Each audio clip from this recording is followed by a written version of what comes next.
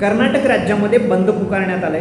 राज्याची राजधानी असलेली बंगळुरू सहित अनेक शहरांमध्ये बंद पुकारण्यात आलाय। एकंदर राज्यामध्ये बंदचं वातावरण झालंय आणि या मागच्या काही दिवसांपासून राज्यामध्ये शेतकरी आंदोलन करताना पाहायला मिळत आहेत। ठिकठिकाणी सरकारविरोधी घोषणाबाजी देखील करण्यात येत आहे, नारेबाजी देखील करण्यात येत आहे।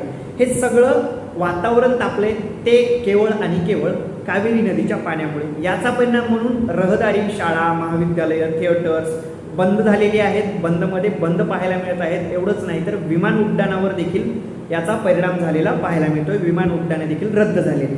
हे सगळं झालंय याचं कारण आहे ते म्हणजे कावेरी नदीचा पाणी प्रश्न।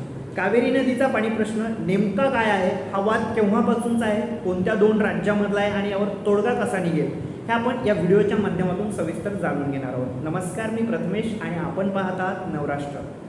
मंडळी, मागच्या काही दिवसांपासून सतत एक वाक्य आपल्या कानावर पडत असतं, पहिलं आणि दुसरं महायुद्ध होऊन गेल्याच्या नंतर आता तिसरं महायुद्ध जगामध्ये केवळ आणि केवळ पाण्याच्या प्रश्नामुळे होईल।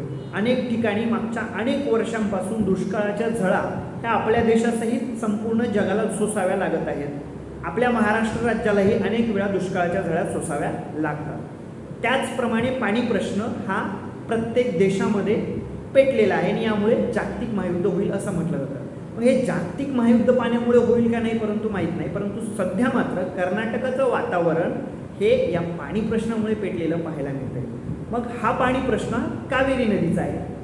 तामिळनाडू राज्य आणि कर्नाटक राज्य या दोन राज्यांमध्ये कावेरी नदीचा वाद हा मागच्या अनेक वर्षांपासून, शतकांपेक्षा जास्त वर्षापासून सुरूच आहे। त्या अगोदर कावेरी नदीविषयी सांगायचं झालं तर कावेरी नदीचा उगम कर्नाटक राज्यामध्ये होतो।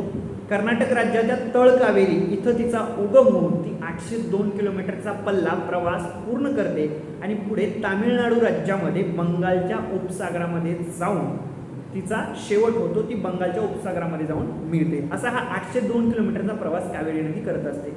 मग साहजिक आहे कर्नाटकाला असं वाटतं की आमच्या राज्यात आमची नदी उगम पावते, त्यामुळे तिचं पाणी हा आमचा हक्क आहे।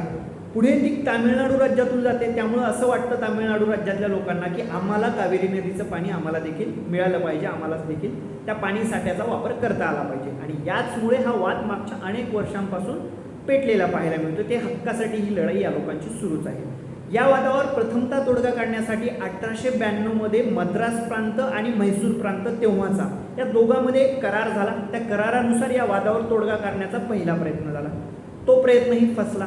त्यानंतर दुसरा प्रयत्न 1924 मध्ये पुन्हा एकदा करार झाला आणि यावर तोडगा काढण्याचा प्रयत्न झाला। स्वातंत्र्यपूर्व काळामध्ये हे दोन करार झाले, तरी देखील हा प्रश्न कावेरी नदीच्या पाण्याचा सुटलेला पाहायला मिळत नाही। त्यानंतर 1990 मध्ये पुन्हा एकदा लवादाची स्थापना या कर्नाटक आणि तामिळनाडूच्या पाणी प्रश्नावर, कावेरीच्या पाणी प्रश्नावर तोडगा करण्यासाठी करण्यात आली। 17 वर्ष लवादाचं घोंगडं पाण्यामध्ये भिजत राहिलं आणि मग 2007 मध्ये त्यांनी आदेश जारी केले आणि त्यावर पुन्हा एकदा गदारोळ झालेला प्रचंड आपल्याला पाहायला मिळतो। त्यानंतर 2012 मध्ये पंतप्रधान मनमोहन सिंग, तत्कालीन पंतप्रधान, यांच्या अध्यक्षतेखाली कावेरी नदी प्राधिकरणची स्थापना करण्यात आली आणि त्यानुसार कर्नाटक राज्यातून दररोज 96,000 क्युसेक पाणी हे तामिळनाडू राज्यासाठी सोडण्यात यावं असे आदेश जाहीर करण्यात आले।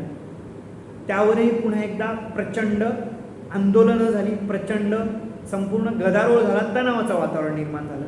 मग पुन्हा 2016 मध्ये 15,000 क्युसेक पाणी तामिळनाडू राज्याला सोडावे असे आदेश जारी करण्यात आले। त्यावरही हा प्रश्न मिटला नाही। हा प्रश्न असाच सुरू आहे आणि त्यामुळे 1892 पासून आजतागायत हा प्रश्न कावेरी नदी प्रश्न म्हणून, कावेरी वाद म्हणून तामिळनाडू आणि कर्नाटक या दोन राज्यामध्ये सुरूच आहे।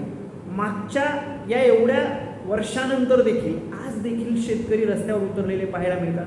कर्नाटकाची आजची परिस्थिती पाहिली तर कर्नाटकमध्ये यासाठी शेतकरी रस्त्यावर उतरलेले पाहायला मिळतात, बंद पुकारलेला पाहायला मिळतो। तर दुसरीकडे तामिळनाडूमध्ये अक्षरशः लोकांनी, काही शेतकऱ्यांनी, आंदोलकांनी तोंडामध्ये मेलेले उंदीर पकडून आंदोलन या कावेरीच्या पाण्यासाठी केलेलं तामिळनाडू राज्यामध्ये आत्ता पाहायला मिळते। ही परिस्थिती आत्ता निर्माण झाली। यावर देवगौडा माजी पंतप्रधान आहेत, त्यांनी असं म्हटलंय की केंद्र सरकारने स्वतः हस्तक्षेप करून, पंतप्रधानांनी हस्तक्षेप करून हा नदी प्रश्न, हा पाणी प्रश्न कावेरीचा लवकरात लवकर यावर तोडगा काढावा, सोडवावा। मग येणाऱ्या काळात हा प्रश्न सुटेल का तो सुटेल तर कसा सुटेल हे पाहणं अत्यंत महत्त्वाचं ठरणार आहे. तुम्हाला या कावेरी प्रश्नाबाबत काय वाटतं?